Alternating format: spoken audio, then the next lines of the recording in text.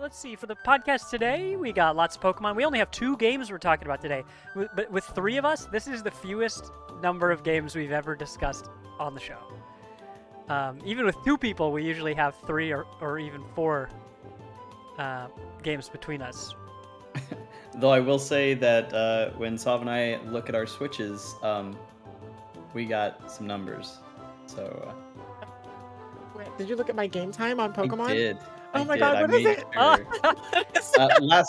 Last night I did, or before you played last night, so you probably added quite a bit. But yeah, we're both over 110 hours on Violet. Checks out. Well, let's see. So, I posted in the Discord before we went live here. I saw that I had a ton of Steam points, right? I have almost 100,000 Steam points that you get just from buying games. So I went into the shop where it's like, hey, go spend your points. So I was like, sure. And one of the very first things I saw was to trick out my profile with the Carrion themes, which Carrion is a wonderful less than 10-hour game that Vilos introduced me to, last year? Maybe? 2 years ago. 2 years ago? Man. I'm looking at your profile immediately. I want to see what you did. It's very cool. It's pretty fun. It's gross with teeth and tentacles, just like the game. It's excellent. I've never added anything. I never even added I've never changed the default profile picture on Steam, so big upgrade for me. It's a big day. And I got about 90,000 more points to spend. That one cost me 10,000. I had to look up the Steam points converter because I didn't realize just how much that was. It's 4 years worth of Steam monies, you know.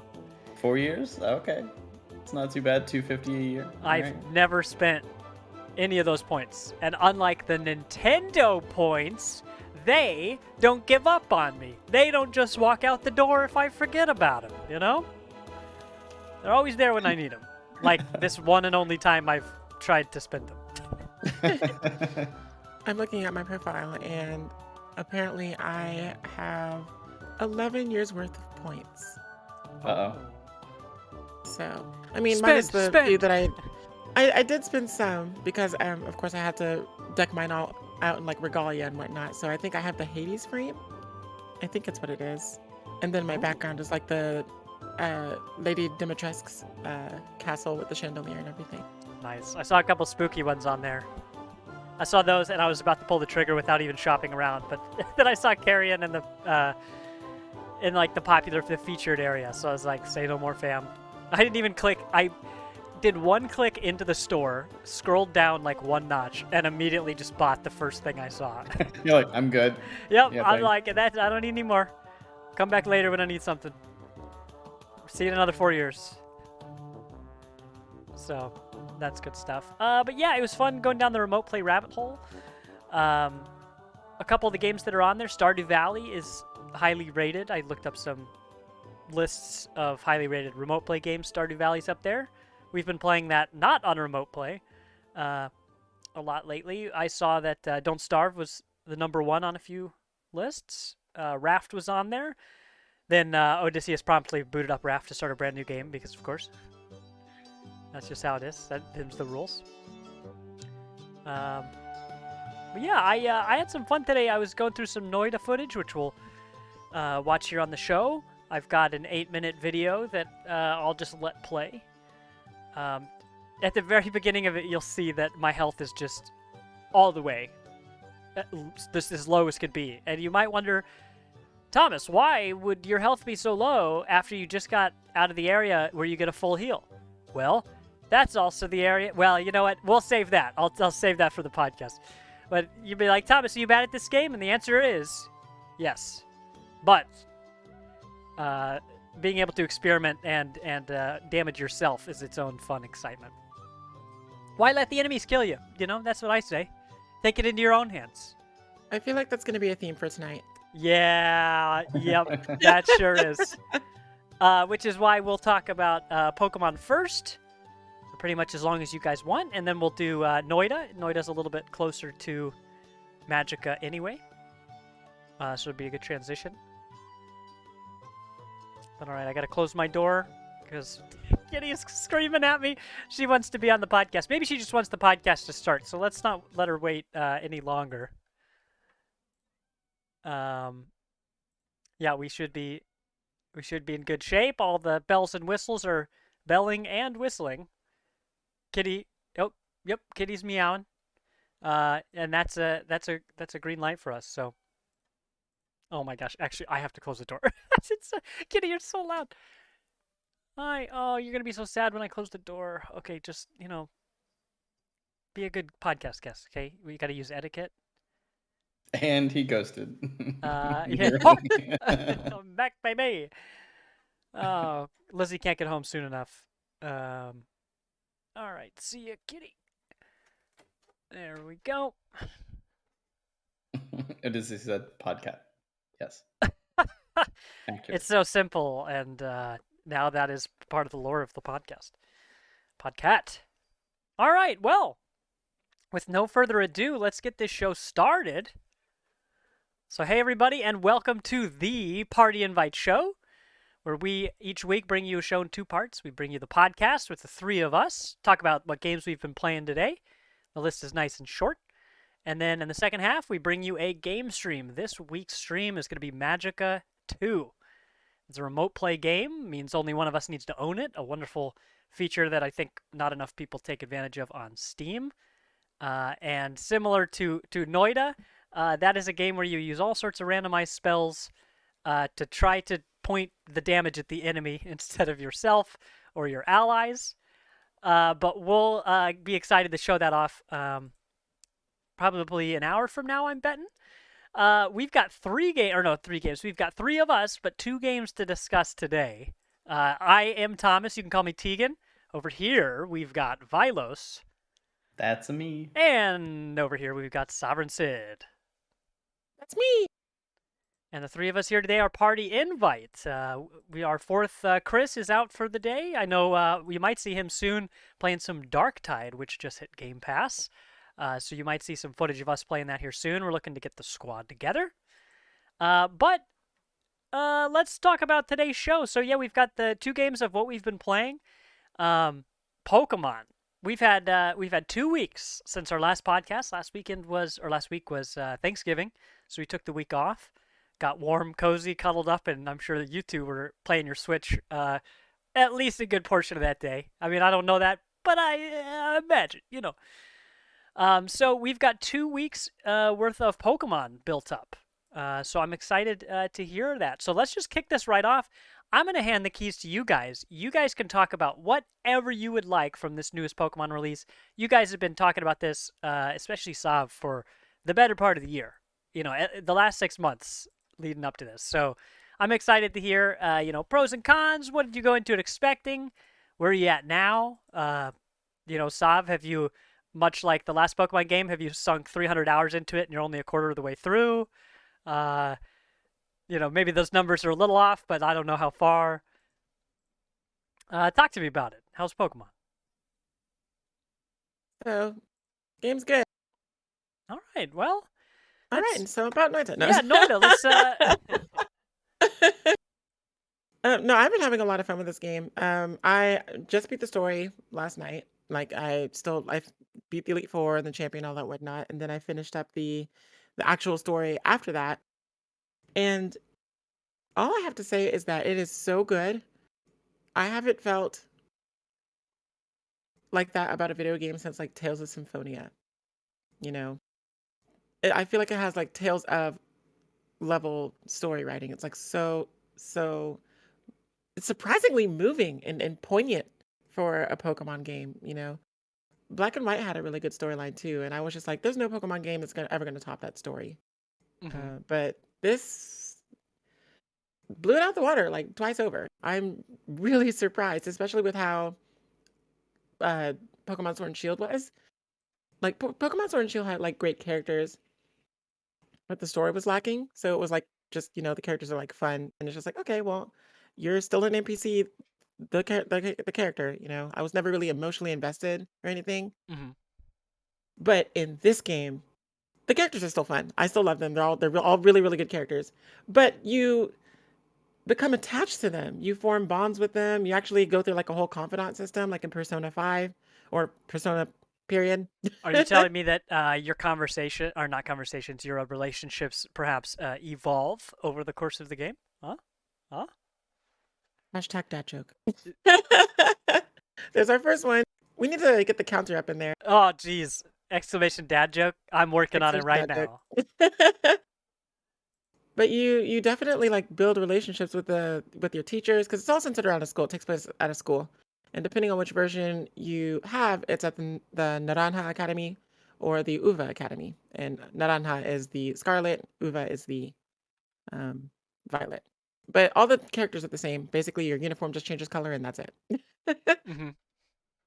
But it's I did not expect to become so emotionally invested in this game. I was just like, I'm just gonna have a good time, plot this, like explore the open world that we have now because it has some elements of Pokemon Arceus where it's got the open world. You can engage Pokemon Can you get married to Pokemon? with your own Pokemon. Sorry, you get engaged to Pokemon. Can you marry the Pokemon? Oh, We are not talking about God of War on this podcast right now. Oh, that's funny. It's just it's so good, and I cried like so many times. So much tears, so many tears. Some of cry like of like happiness and some of sadness. Like it's so moving. I just can't. It's like art. It's art, y'all. It's art. Yeah, I think the easiest way for me to say it, especially for Pokemon fans this year, is that uh, Legends Arceus to me was like baby's first JRPG, and then Violet took it that extra step. Because if you're familiar with JRPGs, uh, it really brings home a couple very specific themes that we're not really going to spoil for anybody. Um, but yeah, like we fought God before with Yeah, we've all been Arceus, there. Yeah. yeah. And so that's where Legends went, and so this goes a slight different direction, but really fleshes out the characters because, like you said, Sword and Shield, the characters were fun fluff, and that was it. Like there was just surface level. There was nothing past that, and yeah, the emotions, the writing in this one is stupid good, like surprisingly good. I'm sitting here thinking like, who did they hire? Who's new on the team? What's going on? Like- Yeah, I we should probably check the credits on that one, since we did talk about privately that they brought in a lot of Monolith Soft people for and oh, environment that design explains and stuff so like that, much, honestly, which especially that explains last a lot area. about specific open world parts of the environment. And Monolith Soft, as you know, is my literal favorite thing in the world because of Xenoblade. They are the creators of that, and Oh, you like they have Xenoblade? done a lot of work. Is it right there? He dabbles. And yeah, I dabble. And Monolith Soft also is doing a lot of work on Breath of the Wild and stuff. Oh, that's right. So yeah, if you are looking for that open world experience, that boy, you're gonna get it in this game. Finally. Yeah. Despite all of Pokemon the Scarlet Violet. You're gonna get it. There's the tagline right there. that's it. That is threatening and a promise. Yeah, It's that's a threat. like, you're gonna get it. Oh man, that's it. That's the real tagline. Sponsors now. So how is this from an outsider's perspective, right? This release, I remember our good man Stevo on Twitch and in our Facebook group shared a TikTok of a real silly looking Pokemon, and Violet hopped in there and was like, "Yo, bro, I'm paraphrasing here, but yo, you gotta mark those as spoilers. Like, what are you doing?" And I saw that, and Steve was the same as me, where both of us were like, "Is this is a spoiler?" Like, wait, what consists of Pokemon spoiler, right? Because Wait, which was it? So Violet. it was like on release day or maybe the day after, and it was the final evolution of Fuecoco. is that What? Why would you? Oh, come on, Yeah, Steve. which the again, starter? just to Yes, reiterate, yes, the just to fire starter. reiterate, this was almost the only time. It may have been the second time that they didn't reveal starters full evolution lines. Oh yeah. In the So marketing. I They think absolutely Steve, like me, had no idea. Because I didn't know who that Pokemon was, didn't know it was a starter. I guess I could have figured it out by the fact that it was going from a second to a third evolution. But I had no idea, and it made me realize that I didn't know anything about the marketing of this game versus the others because I know I'm not going to play it, so I just don't see it, you know.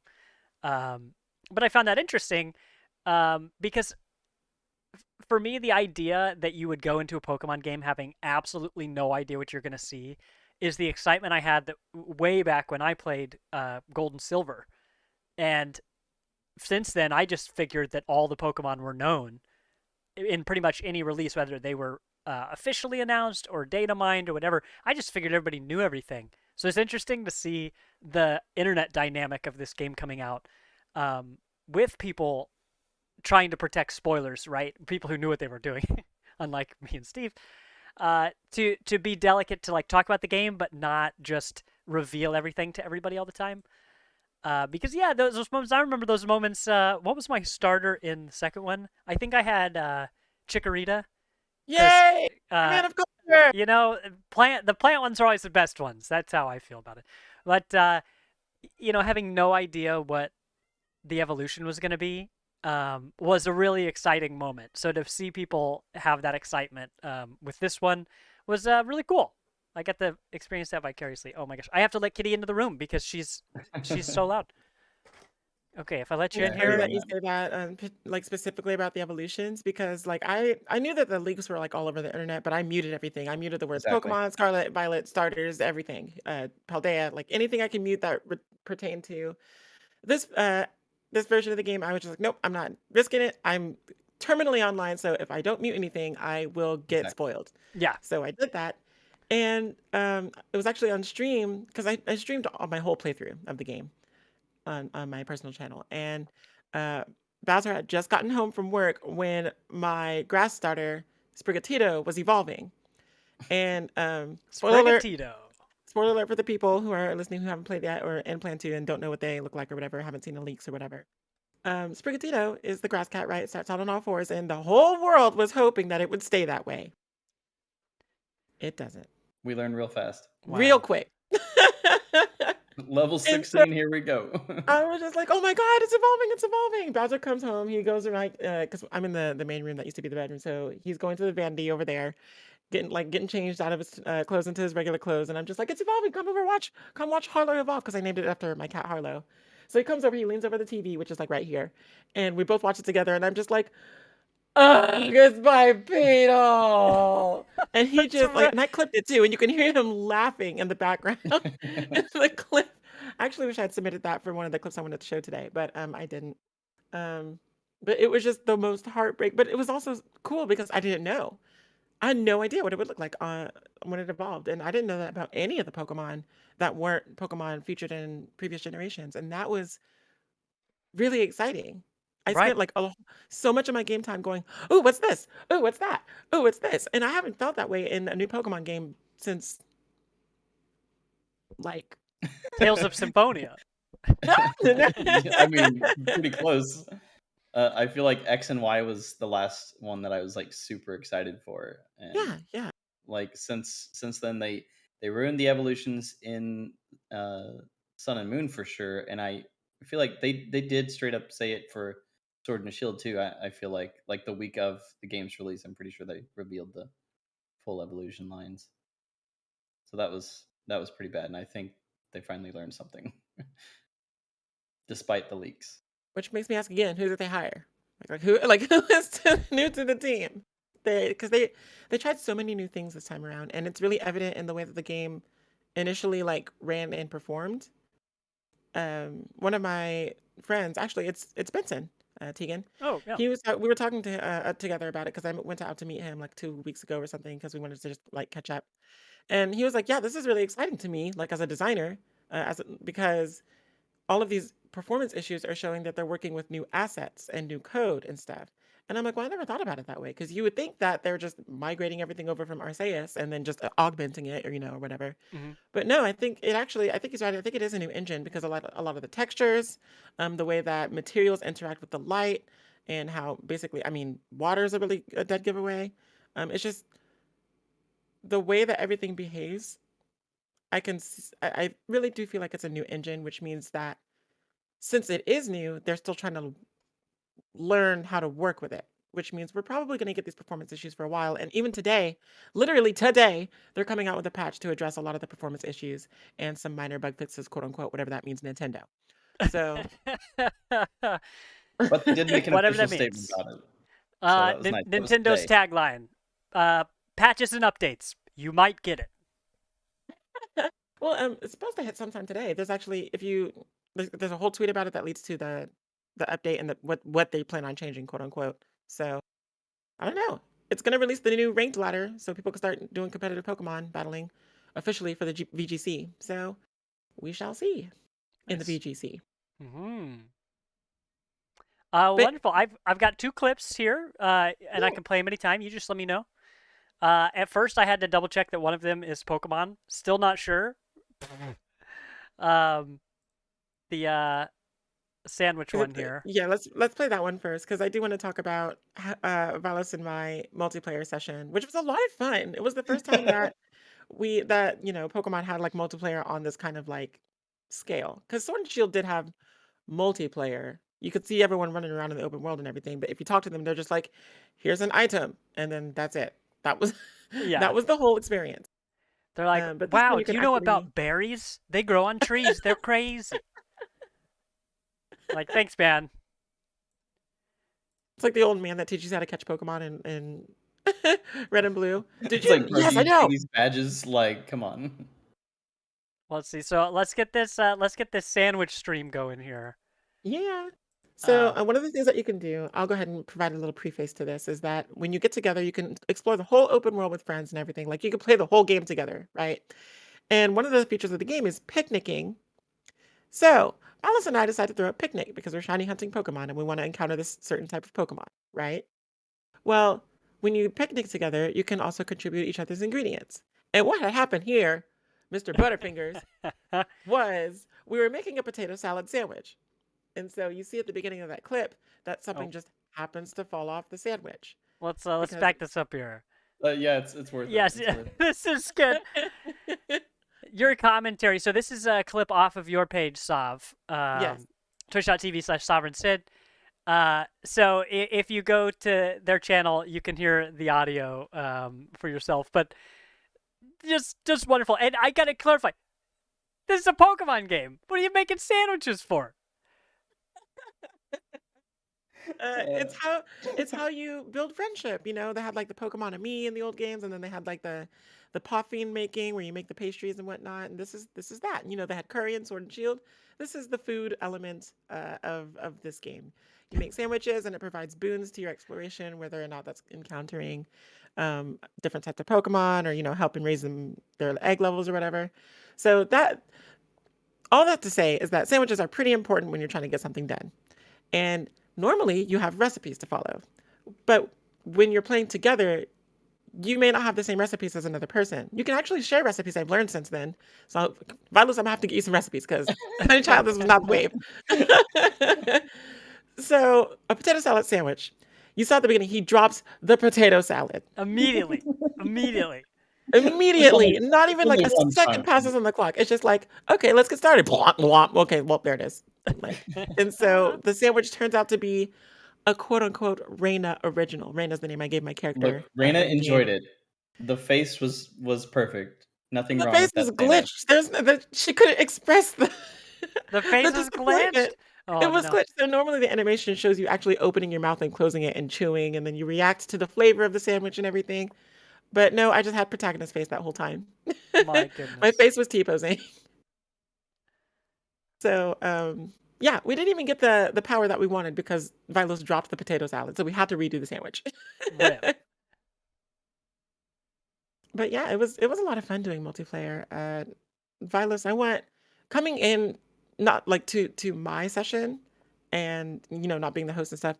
I don't know how things looked or felt to you. So can you like talk about what it was like being hosted? Because I can only talk about being the host, and everything looked and ran fine to me. Spawns sandwiches tasted great. The chef could have. Well, never mind. We won't talk about that. Oh my God, he pulled the ultimate Karen. He came to the cookout, with potato salad, right? And strawberries? Okay, so like when it came up to my See, what had side, happened was because we did have the difference between sub hosting and me joining, um, it was them starting their recipe, and I had to choose a recipe, and we're both arguing right there. I'm like, I literally don't have this fucking recipe. Like, what am I supposed to do here? I had like 5 of them because I hadn't talked to the one person in the game that you have to talk to open everything. Wow. You could find him everywhere, though. He's in literally every sandwich shop in every city. So That was the one thing I put off. I decided to do literally everything in the game except for make sandwiches, and that was my downfall. You're like, I'm gonna Um, binge make sandwiches at the end of the game. exactly. And so I had literally like 6 recipes available for me, and mine was for some reason a jam sandwich. That's literally what it said, was Hell yeah. just jam sandwich. I'm like, all right. So Jam on I toast. literally Pretty cool. I literally brought strawberries and jam to the table, and that was it. That was it. So, and I don't even think it had I think it had a negligible effect on any of the sandwich anyway. You fed But it to your Pokemon and just immediately fainted. yes. And so yeah, it was. Otherwise, it wasn't janky for me or anything like that when it came to joining a gameplay. Um, the funnier it was just funny things that would happen, like when you would say, hey, I'm gonna go ahead and start a picnic, and I see you stop, and like I'm running as fast as I can to get over there, and then there's like an explosion, like a graphics explosion, when the picnic table just pops up out of nowhere, and then the Pokemon fly out of their Pokeballs. It's really cute and funny. It's nothing that's you're like, man, like this is a detrimental, yeah. badly made game. I um think the funniest thing that happened besides the sandwich thing was when you went to take a picture of us while we were in the field, and you put your phone away, and you still had your hand out, but your phone wasn't in there anymore. So you're just running around like, Stiff arming people. Yeah, I was literally like that the whole time, and I just would run in circles and see what it looked like. It was really funny. That is wonderful. But we could sit there if we wanted to. We could just sit there taking selfies all day, and uh, photo bombing with Pokemon and stuff. And like certain Pokemon, like Meryl, will come to you and just be really attracted to you, and just sit there and coo and make all these noises and stuff, just in your presence. It's really cute. And a lot of Pokemon have little behavioral things. Like I didn't see if it was one of your videos that you chose for today, but the one that you put on Twitter today, Sav, was that? which one? The Scyther? Yeah, the Scyther. Did you put that on here? Because I mean, I I No, was can, I didn't. taking No, notice. the Oh, next okay. one. Okay, so the next one um, is one of my. It's the Banjo Kazooie moment. Yeah. So like I said earlier, I was playing through. I streamed my whole gameplay of this, and in order to make it more engaging and interactive, Pokemon games don't have voice acting in them, so I gave the characters voices, and I did that the whole game. And there's at one point in the story where instead of being like a cutscene, all of the talking happens while you're exploring. And normally that's fine. I mean, I can do things like that in other games and stuff, but this text was moving so quickly and they were saying so much. I was just like, there's no way that I did it once. The first time I did it, like I came across this situation. I did it once. I read everything out. It was just really fast. And I was like, this is going to kill my breath. I can't do this forever. So the next time it happened, I decided to Banjo Kazooify everybody. And Tegan, once you play this clip, the people who are watching right now will know what that means. And then I will explain it afterwards for the people who have to hear it, who are listening on audio later. perfect. Give me just one moment. And here we go. All right, let's get the audio up here, Oh my God. and I'll full screen it. So I had to watch it twice to understand what was going on.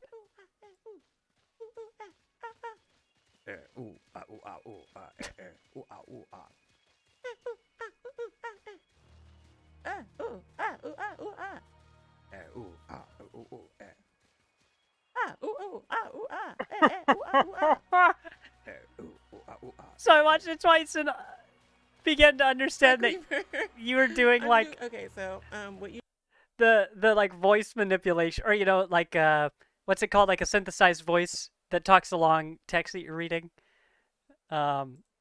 Just top tier is what that is. I don't know what you're like. I know what you're talking about, but I don't know what it's called. But no, that's all me. I'm not using any kind of thingy. Oh no, I know, but it's as if you are the characters, right? Oh yeah, yeah, yeah. We'll play that. We'll play that one more time. Make it a little louder. You in the doc you labeled it as Banjo Kazooie, and I'm like, wait, is this a Banjo Kazooie game?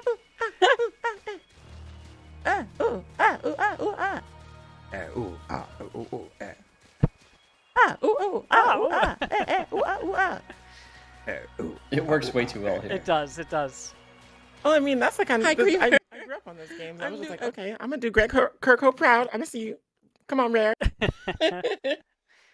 That's good. I didn't know that this game had free roam co-op or any sort of co-op really besides, well, any co-op at all, I guess, because I would have only expected Pokemon battles. It's been a while since I've checked into anything like that. I definitely didn't know how much I didn't know going into this game. That's for sure. I think it surprised a lot of people, the breadth of the game, because they weren't really. I mean, Pokemon is Pokemon, so it's pretty formulaic, and it has been for a while. Right. So when people, I think it's what you said earlier, how people went in blind, and then on the internet, it's been really easy, like fun to see how the internet is taking everything. Mhm. I think that's really true because despite everyone kind of ragging on like the performance issues and everything, the general consensus is that people are impressed with this game. Um, and I think that's just because the expectations for it were pretty low because it's Pokemon. So they were just like, oh, it's just going to be a story and then competitive battling. And then that's it for the next 3 years, like Sword and Shield. Yeah. Maybe some DLC, but the DLC doesn't add much. But no, this is like a whole experience. And I even said on Facebook, I said, if you are ignoring Scarlet and Violet purely for superficial reasons, such as like frame rate or funny glitches that are just funny and don't interrupt the gameplay at all, you are missing out on one of the best stories that Pokemon has ever told. It is so good. It's like a well-made sandwich, It's got the Pokemon for the meat. The fixins are the sandwich mini games. I don't know what else is there. The raid battles, the shiny hunting. Yeah, we didn't even do any of that. Well, not the shiny hunting. We didn't do any raid battles or anything. And I mean, that's a whole nother facet. You can do that with your friends. It's just, it's so good. Please get this game. If you don't have a Switch, buy a Switch just for this game. And also Splatoon 3 for this game.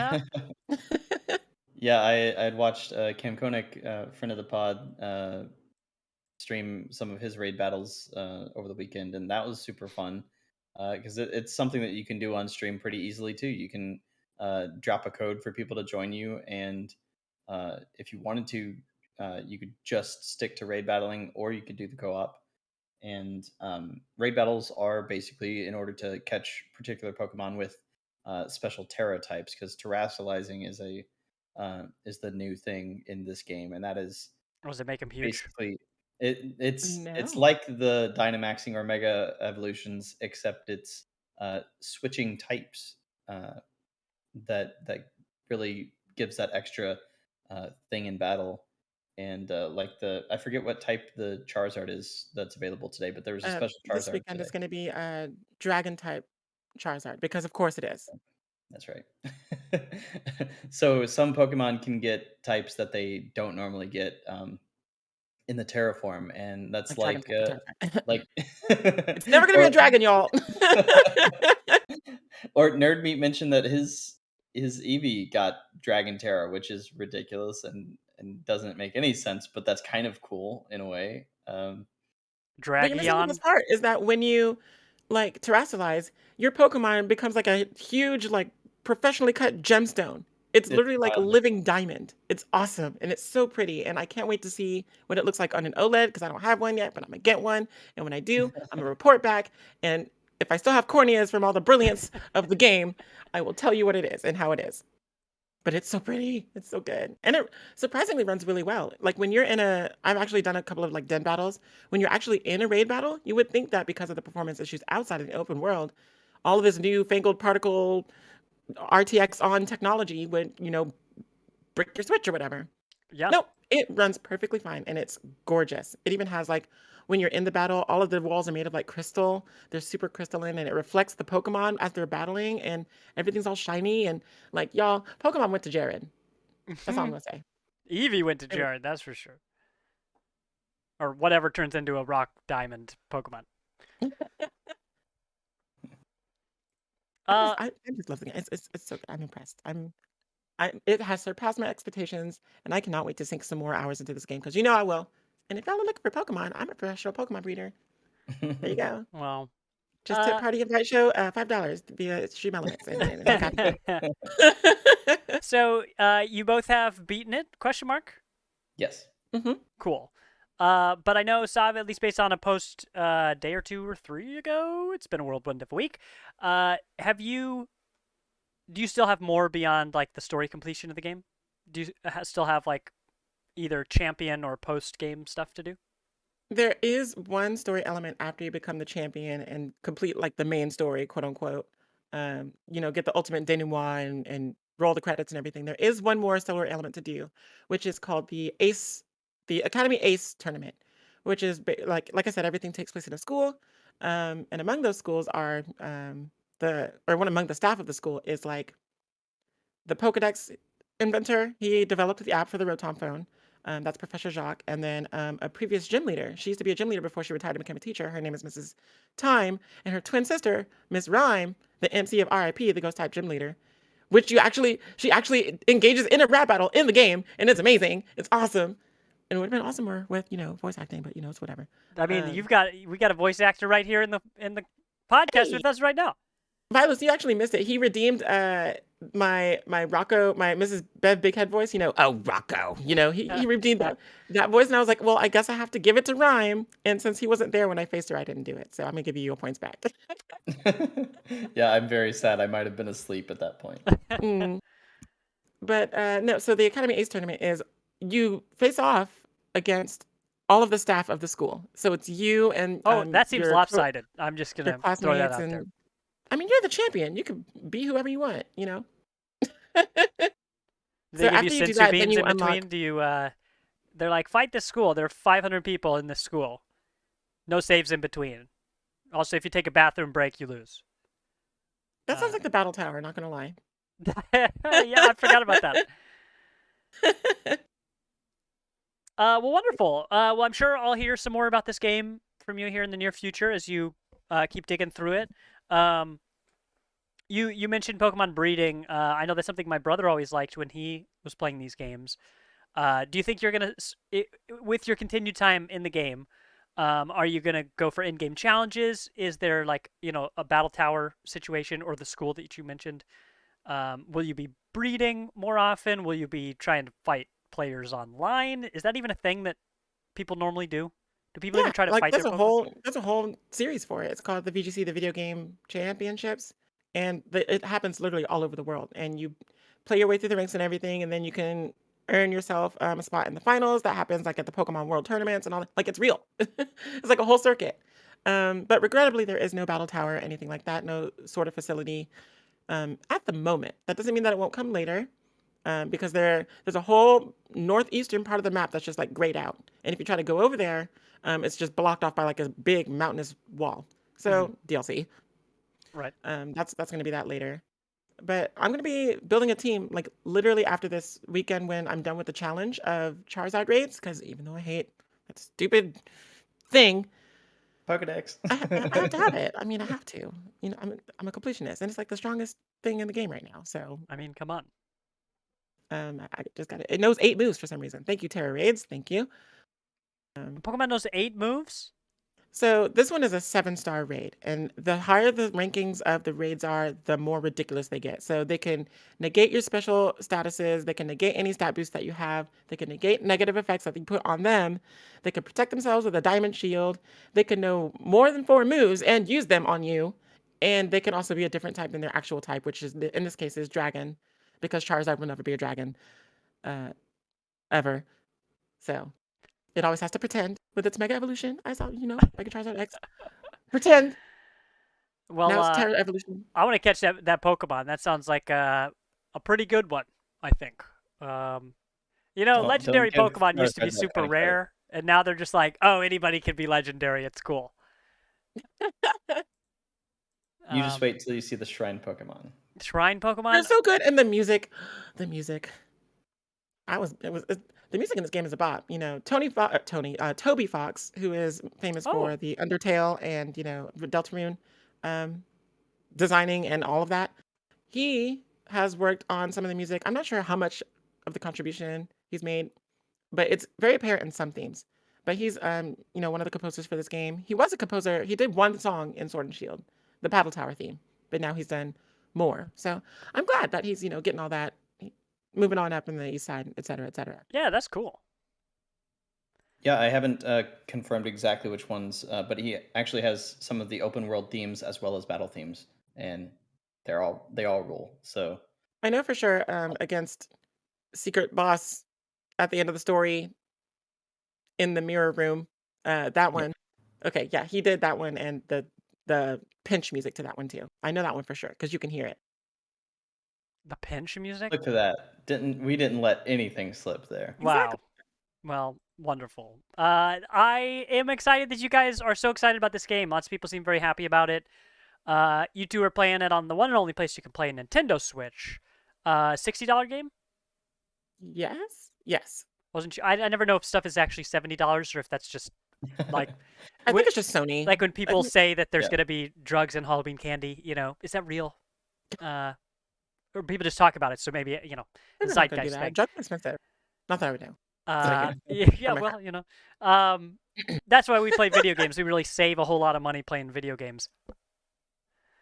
But wonderful. I'm sure we'll hear a little bit more about that in the coming weeks. We're approaching the holiday season, so there's a game that people can sink their teeth into, kind of buckle down, get cozy, take to the holiday get together. Wonderful. So that's Pokemon Scarlet and Violet. Sav, I know you played Violet. Did you play Violet as well, Carlos? Yeah, I played Violet. I did watch almost an entire playthrough of Scarlet though, so that's definitely something I would recommend for anybody that's only getting one copy. Yeah. Wonderful. All I can say about that is that you're choosing between it's Pokemon mommy issues and Pokemon daddy issues. Those are the versions you're choosing from, and that's all I'm gonna say. Yes. That's funny. All right, well, cool. Well, thanks for telling us about that. That was Pokemon Scarlet and Violet. Just came out, what, 2 weeks ago, I think? 17th, maybe? That sounds right, of November? 18th. Yeah, 18th, something like there we that. go. Let Well, me check my cool. game time. We were talking about it. So that is half of the games that we're going to talk about today. We're joking before the show that with, excuse me, with 3 of us on the show, 2 games is the fewest number of games that we've ever talked about in almost 100 episodes of the show. So this is kind of fun. The only game I've played a bunch of stuff, but I'm trying to focus a little bit more on just going in on one game because I've played like 6 different games over the past week, and I'm not about to talk about all of them. The honorable mentions are going to be Overwatch 2, Stardew Valley. What do I have? Unrailed, which was on sale for $5. That was a fun 4-player game, and there's one more. Don't Starve Together, which also has remote play, meaning only one person needs to buy it for everybody to play it. But those are all honorable mentions. The one I really want to talk about is Noita. So Noita, Noita, is a game that I picked up because on our Spelunky Marathon stream a couple weekends ago, our buddy Ecto5, who you should go follow on his channel, he donated a bunch of money. At the end of the stream, I was like, well, I still haven't beat Spelunky after like 13 hours. I'm not really ready to be done yet, but we have to call it at some point, right? So Ecto chimes in. He goes, have you played Noita? No. Well, I will. How much money towards Extra Life do I have to donate for you to buy the game and play it on stream right now? So I threw a number out there, and he immediately donated it. He and Shanny Pack both donated enough for me to continue the stream and buy the game for our biggest donations of the whole day. So that was really cool. So I pick up this game. So I pick up Noita. Noita is a game. I'll get our footage up here in just a moment. Noita is a game that was developed and published by Nala Games. Let's see. Nala Games, they are the creators of Baba Is You, The Swapper, and another one that I didn't recognize. But Baba Is You surprised me. Baba Is You is a puzzle game that's almost like coding, but it's all about different unique systems interacting with each other, right? This thing does one thing, that does another, and when they come together, they interact in some special way. Well, it's no surprise then that they did make Noita, because Noita is what someone endearingly called an info game when I streamed it at the end of that marathon stream. So what you've got is a two-dimensional side-scroller world. Looks like it's a game that could have been on, Super Nintendo, kind of. You're a wizard, and you pick up all these wands that have a bunch of random spells in them. And so these spells, there is a huge catalog of spells that you can discover and either find in a wand, or you can find spells which you can slot on purpose into wands. But if you watch here on the clip, I've got a fire spell in this wand that I've got.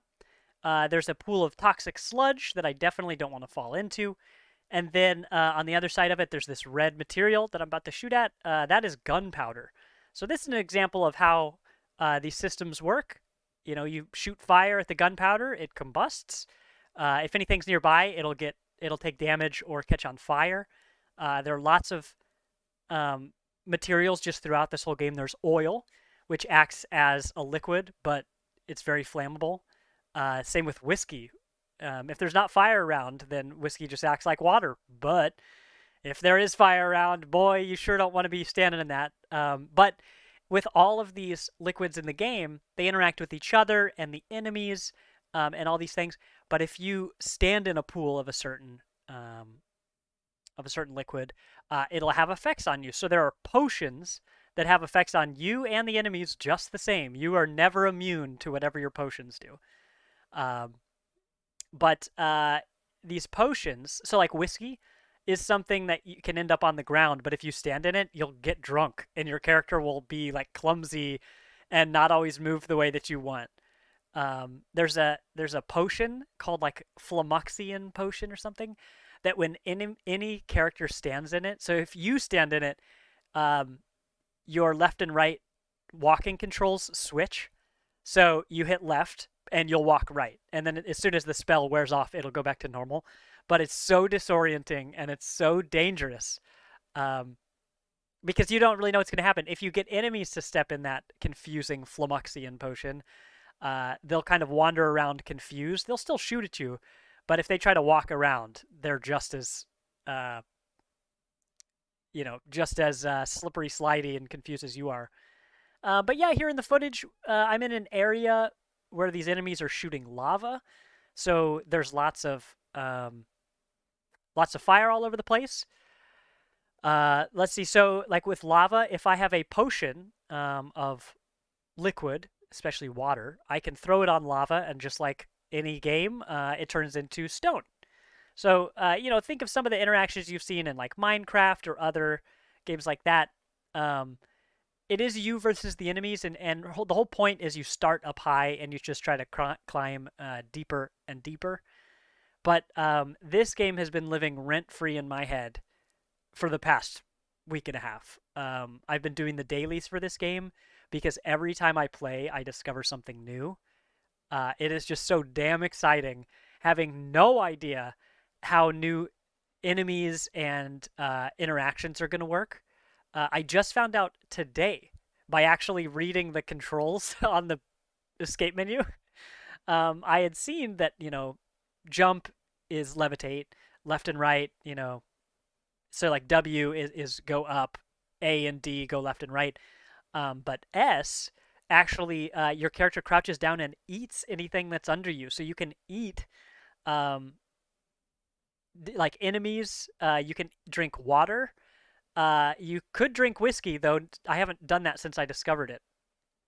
But just lots of different materials and resources and all these things. The game has traps. On the footage we just saw me shoot what looks like a water mine full of oil hanging from the ceiling. You can shoot the chain that it's hanging from to make it drop. Or you could just shoot the barrel or the mine itself and it'll start leaking oil. Even there are robot enemies that you can shoot and they'll shoot out oil, which you can catch on fire to then catch them on fire, so they'll take damage. But this game is just a real treat. I mentioned at the top of the show, Thomas, if you have this clip of you playing this game and you just started this level, why is your health at like 5%? Well, in between each area, because this is the second area we're watching, in each area, you go into this middle area. Much like any roguelike, you've got an area where you can like spend your money on upgrades for either spells or wands. And then you have an area where you get like a permanent upgrade for your character that follows you through the level. So I found a bunch of new spells on a wand, and I thought, man, I wonder how these interact together. So I put an explosive and what did I do? I think I put an explosive and a spell that doesn't allow you to control the direction that your spell shoots. So you can aim it, but it's not going to go where you aim. And the explosion that I thought was going to be on a timer, no, it's instant. It blew up the exact moment that it left my wand. So I almost killed myself in the area where you're not supposed to be killable. So that's good. But that's impressive. Thank you. I finally get the recognition I deserve for the wacky antics in the safe room. It's just a game that is all about experimentation, and we're talking about it in the Discord today. A bunch of the regulars about how it reminds us of survival games, where, you're getting better, and it's all about experimentation, but it's really about you, the player, improving, and not just your character leveling up. There are no persistent upgrades between runs in this game. You can see, like right there, I just used a dynamite wand to terraform, to blow through the rock to access this other wand, which ended up being no good. So I just walked away from it. But just an absolute joy. So Noita released in October of 2020. It's still receiving regular updates. It apparently has a very robust mod support. Oh, right here. So here's some of this beautiful burning. There's one of these traps that I shot, so it's jetting out oil towards this fire. So all the wood and any of the oil is all catching fire. And this wand that I'm using is one of the more ridiculous wands that I've ever found. That it just shoots like 8 bullets, but they all ricochet. So fortunately, those spells don't hurt me. But here in this case, what did I do? I caught on fire. And normally you can put yourself out with water or some other liquid that your potion jar is full of. You can shoot it out, or you can pour it on the ground and stand in it. Well, I tried to put myself out with a water potion, but it turned out the potion I had was a freezing vapor potion. So while I was on fire, I threw freezing vapor on myself, and I actually froze to death. Oops. But life comes at you fast. This is the perfect storm for you and your gameplay style. Yeah. I can't wait to see how it translates to Magica. Oh my goodness, it's gonna be wonderful. I found in the first day that I was playing, or the first offline session I had, I found a wand that its spell is called, in all caps, Summon Missile, with like 4 exclamation points. And I'm like, oh, okay, I've seen arrows, I've seen dynamite, I've seen some like explosive fiery bolts, never seen a missile. I even saw a rocket, and that was pretty cool. But you summon a missile, but when you find a wand, you just have to use what's on it, and you can carry up to 4 wands at any time. Once you get past a level, and you get to the point where you can like buy stuff and alter your loadout and stuff, you can mix and match the spells that you get, and change them out for your wands. So some wands, like when you start out, only have like 2 or 3 slots for spells. Some of the wands you find later on have, 10 slots, but they might mostly be empty. So you pick them up with the goal of filling them up with cool spells later. Well, when you find one just in the map, you can't change them yet. You either have to use them how they are, or just leave them in your pocket until you can fix them. Because some of the wands that you pick up will straight up immediately kill you when you use them. So the Summon Missile one, had 2 spells on it. The first one was Summon Missile. The second one was you can't aim where the missile goes. So every time I used it, I just had to stay away from the walls and hope it went in a direction that blew up an enemy and didn't hit a wall that was too close to kill me. That happened a couple times. Yeah. Turned out you can survive 1 missile shot. You cannot survive 2. Not with the basic amount of health. But what an absolute joy. And a shout out again to Ecto5 and Shani for making that a reality. I just cold purchased it on stream, downloaded it, loaded it up, and had an absolute blast. Ecto said that I would like it based on the things I like about Spelunky. Discovery, lots of death all the time, just constantly dying, restarting, and seeing what new random stuff is awaiting. And he was exactly right. And I anticipate spending a long, long time with this game.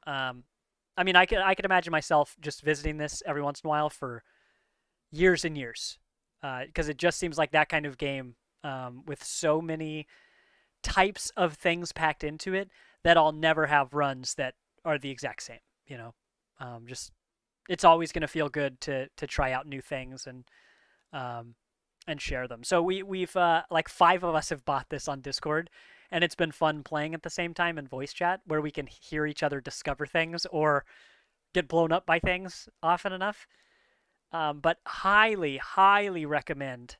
So that game came out in 2020. I would say that that's already creeped up my list of one of my favorite games of the year.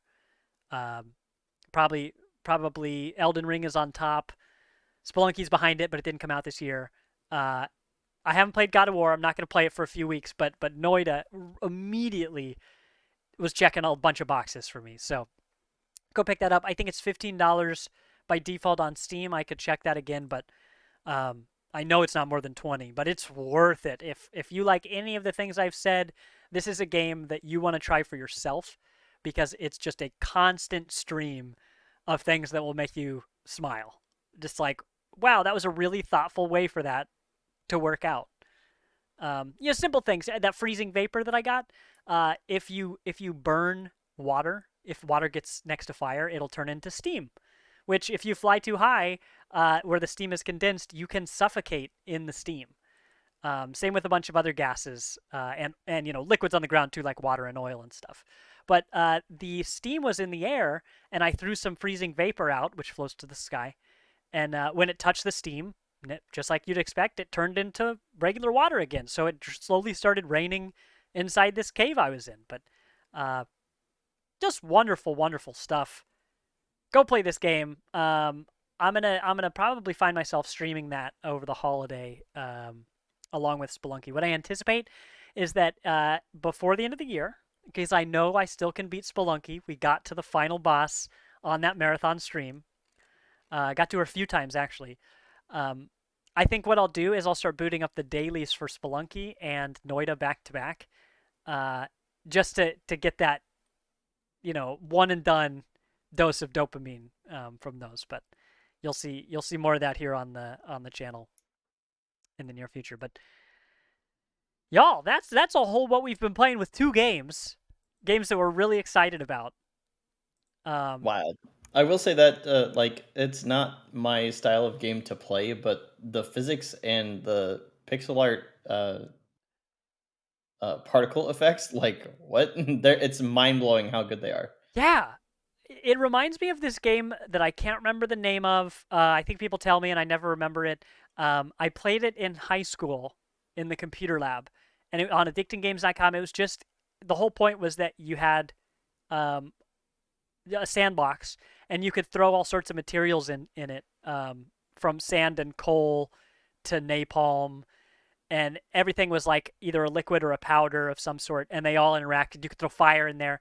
That's basically that game turned into a roguelike. It's the same exact principle that I loved so much back then, just to, see a huge vat of oil, and even though it doesn't help me at all, just be very excited to find a lantern to throw in it. It feels good just to watch the caves burn sometimes. So, cool. So, yeah, we've got Plenty of games that we're playing in our Discord, which I always want to shout out. We have not only a very wide variety of games that people are playing, but we've started to poke more into remote play, which we're about to use in Magicka as well. So if you can hear my voice and it's the holiday season, so you're trying to get the squad together to play something, if you're playing a game on Steam, you can look up remote play, and all that requires is for one person to own the game, and they can invite any of their friends and basically stream the game to them so that they play as if it was local co-op. So very highly recommend checking out that list on Steam, maybe wishlisting some stuff, because it's a really great way to play multiplayer games with your friends, especially without spending a bunch of money on a game that you're not sure that you're going to like yet. With that, we're going to wrap up the show here. We definitely want to shout out that next week is the Game Awards, next Thursday during our normal podcast slot. So the entire show next week is going to be entirely dedicated to the Game Awards. That's something that we've enjoyed doing ever since we started recording here on Twitch. We're going to be all dressed up to the nines, just like last year. This time I'm going to try not to drink, nearly a whole bottle of wine.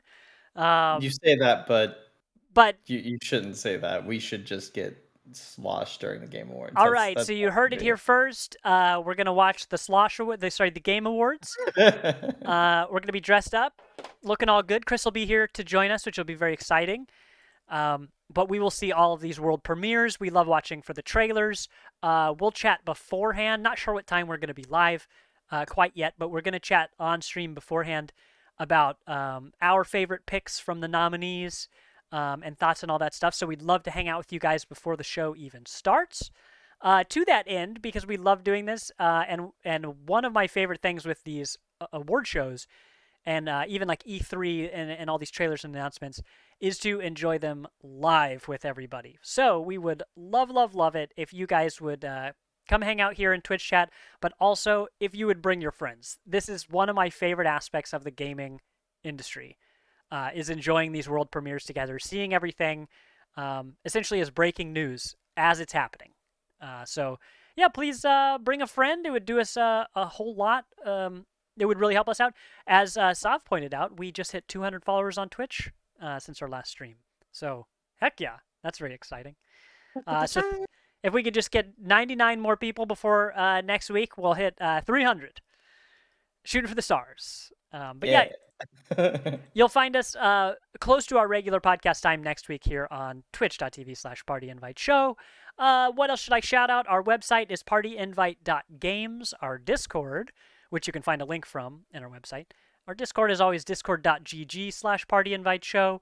And hit us up with the things that made you smile this week, the games that you've been playing, and the games that you're looking to find teammates for.